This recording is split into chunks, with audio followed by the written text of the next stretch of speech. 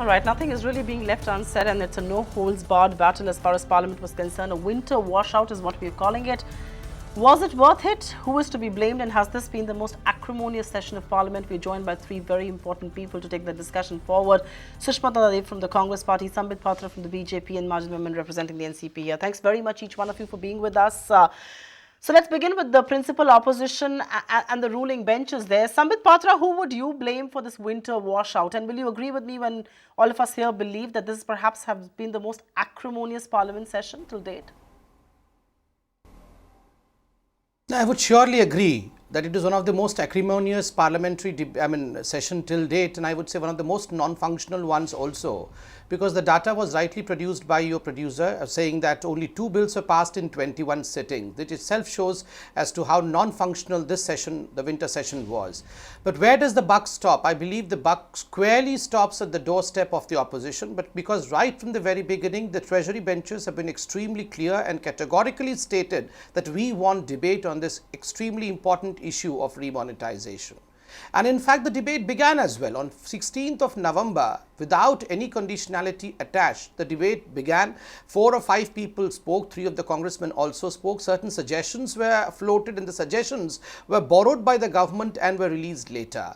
The issue is, I don't understand the reason as to why from 17 suddenly there was a change of goalpost. Even if you ask my opponent and a respected parliamentarian, Sushmita Dev ji, she would say that, well, initially they wanted a voting. They wanted to debate on, according to rule number 56, they wanted a voting. The issue is, if you were really, and if you ask them further as to why did you want the voting, they would say we wanted voting because we wanted to know who stood where on the issue of remonetization.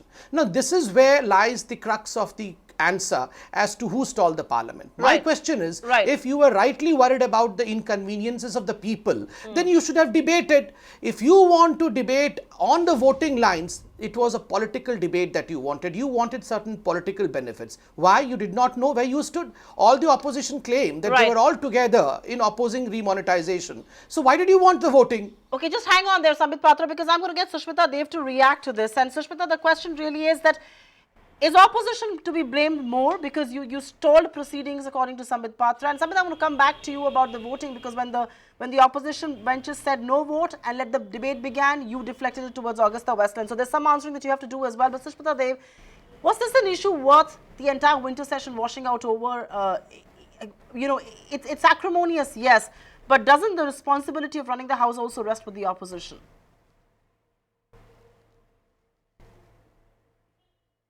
See, the sad part is when the BJP spokespersons talk about parliamentary procedure, they think that, they assume that people of India don't know what's in the rule book. It is very clear that we exercise our rights in the parliament, and I think it's a sad day in a democratic country like India, because this government has made a mockery of democracy. Here is a Prime Minister who, until the entire opposition protests and takes to the well, does not believe in sitting in the parliament.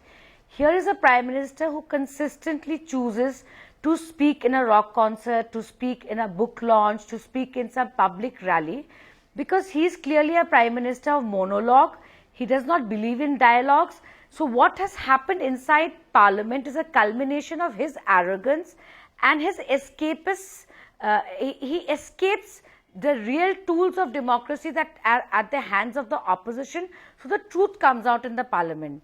The catastrophe is that the people of India gave this government a brute majority and they ran away from a vote saying, no, we want to debate. We said fine, only to call the bluff of this government and to expose their lies. We said fine, we are giving up our democratic right to vote, let's debate. And then every single day the government stalled it.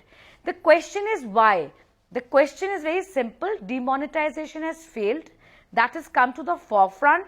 They've consistently shifted goalposts from saying black money to terror, now cashless, digital. God knows where this is going to go after 31st of December.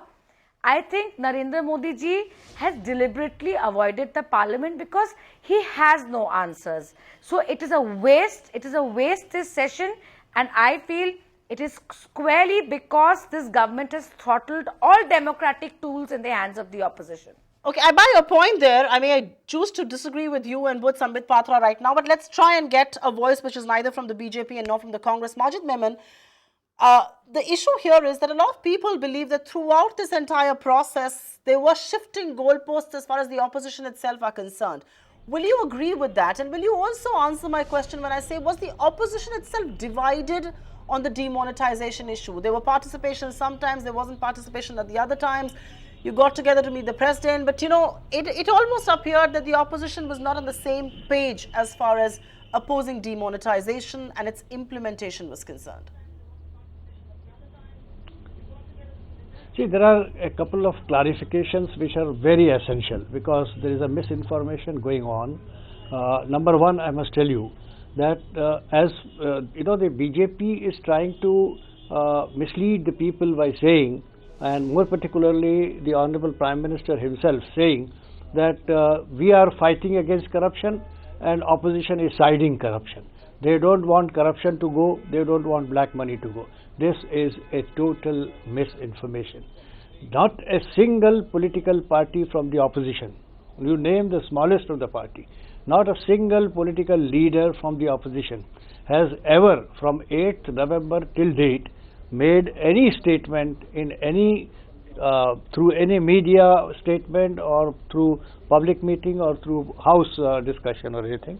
Never any leader has said that we are not against we are not with the government to fight corruption, we are not with the government to fight black money, we are not with the government to expose the fake currency note operations, etc. So there is no question on that at all. All that has been opposed is the manner in which this was announced and the manner in which this was sought to be implemented from 9th November without homework, without preparation. Consequently, the poorest of the poor, the farmers, the laborers, the students, the women and the elderly, the sick people have suffered immensely. There is more than 100 deaths in the course of last more than 1 month. So, and as Supreme Court has rightly said yesterday, that we are aghast to find that poor people are standing in queues for hours and hours for just one 2,000 rupee note, whereas bulk of 2,000 rupee notes are just coming from the backyard of certain people. So corruption has been on for the last 1 month. This is one part of it. Now, second important thing I must say, who is to be held responsible for non-functioning of the session? I would just correct my friend Mr. Patra that it was not 4 or 5 people only who spoke. Right. On the 16th, when the House was first convened, 16th of November, first day, and as far as Rajya Sabha was concerned, it was lucky. Lok Sabha unfortunately could not even initiate or commence the debate on this demonetization. In Rajya Sabha, we were lucky. We, about more than a dozen, about 17, 18 people spoke on the whole day. 16th, full from morning till evening, we spoke, and thereafter, we insisted that, well, how is it that the whole day the Prime Minister never turned up? The Prime Minister should have been here for some time at least. Then on the 24th, the demonetization debate resumed once again when the Prime Minister arrived in the Rajya Sabha for the first time. That was a Thursday. He came for a question hour, not for this debate. And when he was present there, Mr. Memon, I get your point. I get your point, and you're essentially blaming the government from running away for a debate. I'm going to pose that question to Sambit Patra. And Mr. Patra, you blame the opposition of shifting goalposts, cracks in the opposition as well. Point well taken. But what about the government? Because when the Lok Sabha said, okay, no vote but a discussion, Mr. Anand Kumar raises the point of Augusta Westland in the House. The House gets disrupted. There are no proceedings. It looks to us, at least outside of Parliament, is that both sides did not want the House to function, whether it's the opposition on one hand or the government on the other. I mean, your own member, L.K. Advani, says that neither can the Speaker run the House, and it looks like both sides don't want it to function. Supriya, since there is 2:1 debate, so naturally please allow me some time to rebut my worthy opponents first, and thereafter I would answer the specifics of the question. Number one, Sushmita Dev saying that, well, what was the objection when you asked her? She said the Prime Minister speaks in a rock concert, the Prime Minister speaks in a book launch, then the PM has monologues, it is the arrogance of Prime Minister and he escaped from the Parliament. That is the reason as to why the opposition did not speak in the Parliament. This is at least doing away with the parliamentary procedure is.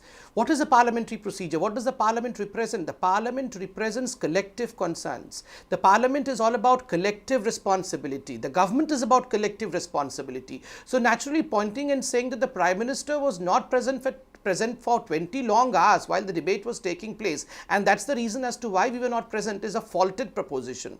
Because Mr. Arun Jaitley as well as Mr. Rajnath Singh assured the opposition, saying that, well, allow us, you ask your questions and the Prime Minister is going to intervene, he's going to answer you. Nowhere in the world I have thought of this proposition that first the answer should come and the question should follow the answer. It doesn't happen. The questions have to come first. Secondly, Mr. Menon rightly pointing out that the Prime Minister made the announcement and most of the opposition had the problem in the manner in which the announcement was made. My only question and submission is, if you had the problem in the manner in which the announcement was made, naturally this should have come up the first day itself, that is on 16th, that so many people spoke on 16th without pointing a fingers toward that, without raising any kind of objection towards that. So whatever happened after that was an afterthought.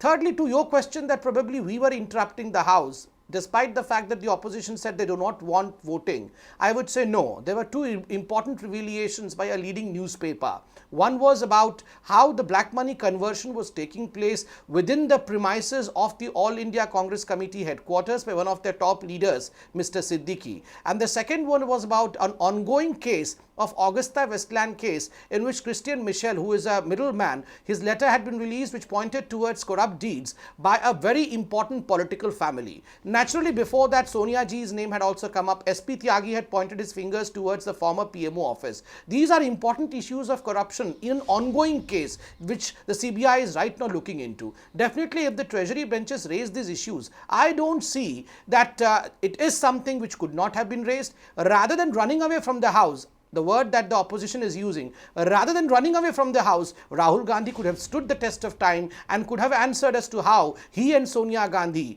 Sonia Gandhi's name appears in the appellate court in Milan, he could have defended her rather than running away from the House. So the government does not stall the House. Right. The government was ready for debate in all the issues. It was the opposition. So neither the opposition stalled it nor the government, but of course the parliament didn't function. And that is for all of us to believe. But Sushmita Dev, let me point out what the President of India said. He said, Parliament is an institution where debate, discussion and decision should be made. Disruption should not be the norm. And legislators should do what they have been chosen and elected to do in Parliament, which is to legislate. So much of pending legislation and so much of productivity lost. Just 16% of where Rajya Sabha worked, 19% of where Lok Sabha worked. Isn't it the duty of parliamentarians like yourselves and Mr. Menon to actually take the onus, make the House function?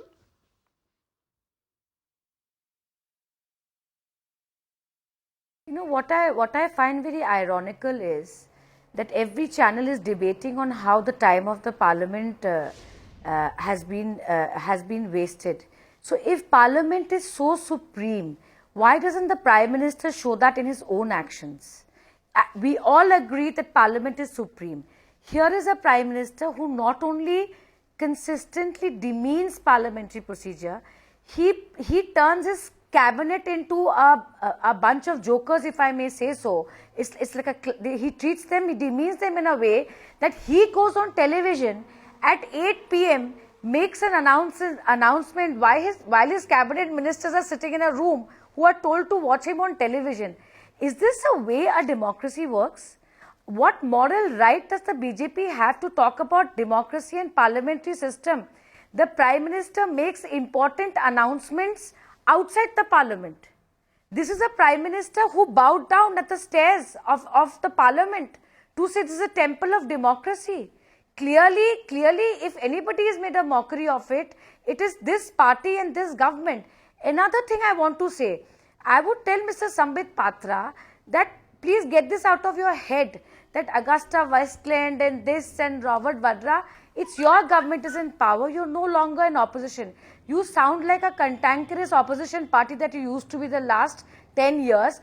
Please, the Home Minister is yours, the judiciary, everything, the police is at your disposal.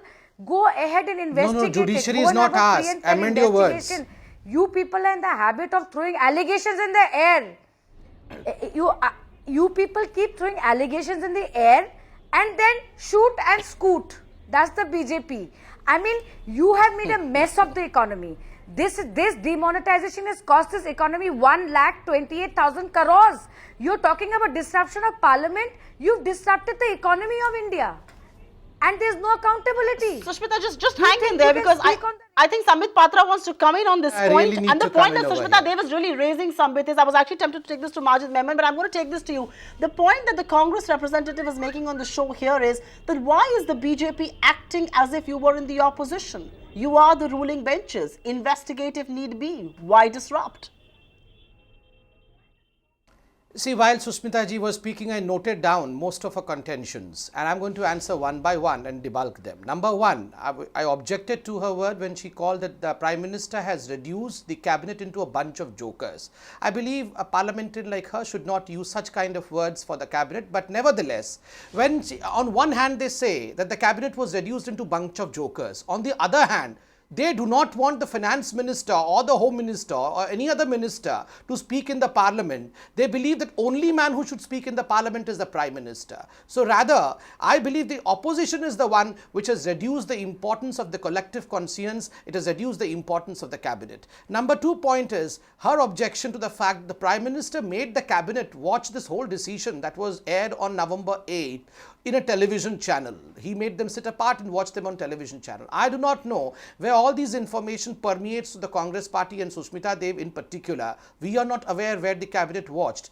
I mean, in fact, Rahul Gandhi, I believe Rahul Gandhi, Sushmita ji is leader as well. He was saying that the Prime Minister has already declared all these to the cabinet and the BJP members. Here Sushmita Dev says no, the Prime Minister has made a joker of all of them. It's not declared to any of them. He relegated them all into a room, and there suddenly he puts on the television so that they should know of the decision. So both Sushmita ji and Rahul ji are in conflict over here.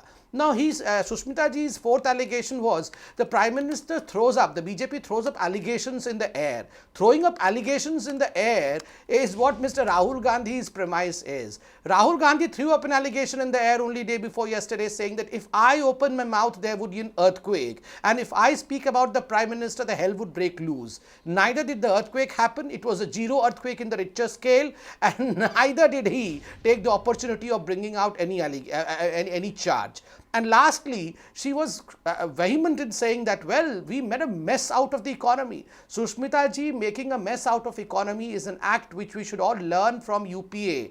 When UPA came to power, Vajpayee ji had given an economy and a GDP of 8.4%. How from 8.4% to 4.8% is what is called as making a mess out of economy, not taking it from 4.8% to 7.6%. That is the act of bravado in economy. There was a global financial recession that happened, and we seem to have forgotten about that in this discussion. But I'm going to just leave the two of you to ponder for a while and take this discussion to Majid Memon then. And Mr. Menon, you're a part of the upper house, or the House of Elders, as we call them. Yes. I just wanted to correct Mr. Patra again on 2 counts. You see, number 1 is that he says that in Rajya Sabha they were persisting that let the Prime Minister come and intervene and say something, thereafter we'll say. So the question succeeds the answer, which is improper. If that theory is to be applied, turn to Lok Sabha. The whole week is lost only because after the entire combined opposition conceded that we are not insisting on a particular rule under which the debate should start, we are leaving it to this Honorable Speaker and let the debate commence. Then suddenly from the Finance Minister insisted that no, I will initiate, I will speak for 1 hour first, then you start. So answers preceding questions, which we opposed. The entire opposition in Lok Sabha said, look here, it is absurd to expect the Finance Minister to first speak out for 1 hour and then we'll start debate. This is unheard of. So Mr. Patra is wrong there on 1 count. Number 2, as far as presence of Prime Minister in the Rajya Sabha is concerned, we never asked his presence all throughout for 16 hours or 18 hours. I am only pointing out to the whole nation through you that look at the manner in which the Parliamentary Affairs Minister, the ruling benches, etc. have worked all throughout in this session. Number 1, they never had the courtesy to tell the chair. Even the chair was expressing its helplessness when the combined opposition demanded that why is the Prime Minister not speaking here? The Prime Minister is speaking in different election rallies, different places, and self-petting himself for a long time. Why does he not come here? They should have had the courtesy of saying that the Prime Minister has more pressing engagement outside in the interest of nation, in the interest of people. He can't be expected to sit in this particular house whole day, so he will come as and when available. That courtesy should have been shown. Nobody gets up. Nobody bothers. They say, no, we will not get the Prime Minister. Is this the way? And number two, lastly, have you ever heard of the ministers and the ruling party Treasury bench MPs showing placards in the house and making noise and disrupting the house? Clippings are the evidence for that. For so many days, the whole house had to be completely adjourned because of the noise which the chairman could not I even buy your control. point there, because So I this think the is disruption shameful. was on both sides, and my own theory is that both sides did not want a discussion or debate. But I'm going to throw this to Sushmita Dev there. And Sushmita, our stakeholders, at least people who watch business news and have our stakeholders in the Indian economy, are rather worried about one particular thing. They believe that the GST could end up being the casualty of demonetization. As the principal opposition, and a responsible one at that, I would say, how would you refute that, or do you actually share that concern?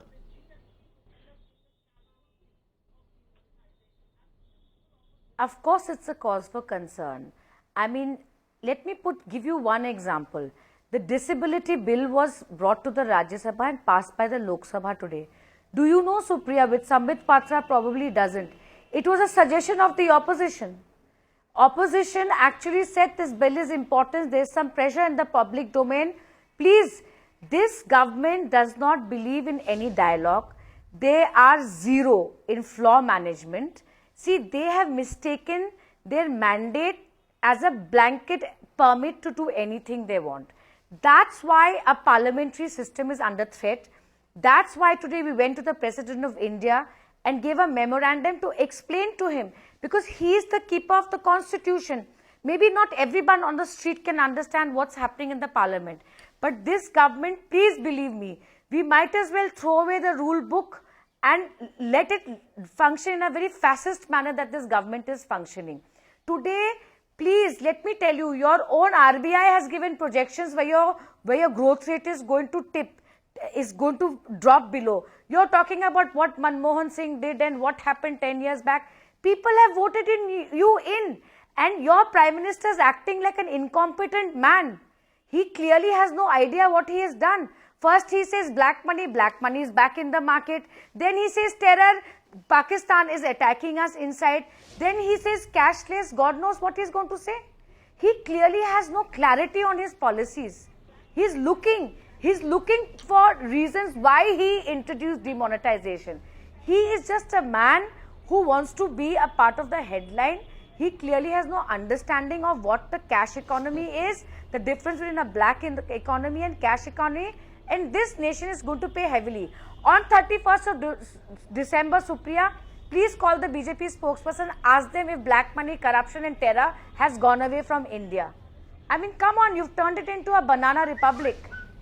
No, I think on the 31st of December, we'll have to see how much money has come back into the system, because that is going to be the success meter of this entire demonetization process. But Sambit Patra, I do want to take that point forward. I agree with you on some of the things that you said, but where I disagree is that the narrative kept changing on this demonetization exercise.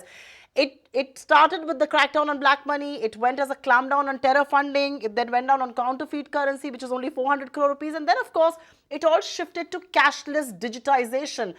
In the process, we ended up demonizing cash. We ended up telling people all across the world that cash is a very bad thing. India wants to move away from that, even though 90% of our transactions are actually in cash. So my question is, why the change in narrative? Perhaps because the scheme failed on those counts? Supriya, specifically, this is a very important question that you have put. I want to answer this, but then I have to rebut my opponents as well. Number one, I'm pained. Sushmita Dev ji is a young parliamentarian, and whatever question has gone her way, the only answer that comes out of her is a slew of venom for the Prime Minister. This debate is not about Prime Minister of the country. This debate is about a larger issue as to why the Parliament did not function and what is the scheme of remonetization. All the words that I have heard from Sushmita ji, that Sambit Patra does not know how the parliament functions, let me tell you, apart from a handful of people, most of this country does not know how this parliament functions. People of this country do not like to know under what rule the parliament functions. All they want to see is ruly parliamentarians, parliamentarians with courtesies, with behaviors and doing their job from the parliament, not unruly parliamentarians. Keep that in view. Secondly, when you say, and in fact Mr. Menon said that certain courtesies were not extended by the treasury benches to the opposition, and that is the reason as to why the parliament was not functioning. I would say very respectfully that just because certain courtesies were not extended, the parliament should not function. This is unfounded and this is far-fetching. And lastly, to your question, that what was the prime purpose of the scheme of remonetization? A huge scheme like remonetization naturally does not serve one purpose. It has multiple targets. Definitely the most important target, which was in fact articulated by the Prime Minister on 8th of November and which is still the most important target, is to fight against the black money. The second, third, fourth, I would not be naming them in a sequence, but which are the targets nonetheless, are fighting against terrorism. Naturally, terrorism has most of its funding through counterfeit currencies and through currencies which would be dried out because of remonetization. Naxal suffocation, we have seen through multiple number of newspaper reports as to how the most number of surrendering of the Naxalites have taken place during this 1 month of the remonetization scheme. Definitely, in fact, if we talk like economist terms, I would say that the GDP of the countries which are well-meaning, generally the cash to GDP ratio in these countries is somewhere around 3 to 4%. Unlike in India, which has all the propensity of coming ahead as a great country, but it has a cash to GDP ratio of 12%. If this country succeeds in bringing down, I am not going towards a cashless society. Let's talk of a less cash society in the beginning. If we successfully bring down this ratio to somewhere around 7 to 8%, who benefits? The country benefits, the poor benefit. And I'll just take 10 more seconds, Supriya, and end my I'm sorry, I'm really running out of time here because we've got an important clarification that's also coming in from the government at this stage on cashless economy and digitization. But on that note, as you can see, the acrimony continues outside Parliament as well between the principal opposition, the BJP, and other members of the opposition. We really would like to take time and thank Sushmita Dev, Sambit Patra, and Preeti Menon for joining us on this very special show as we discuss and debate what we're calling Cash-22, a winter washout.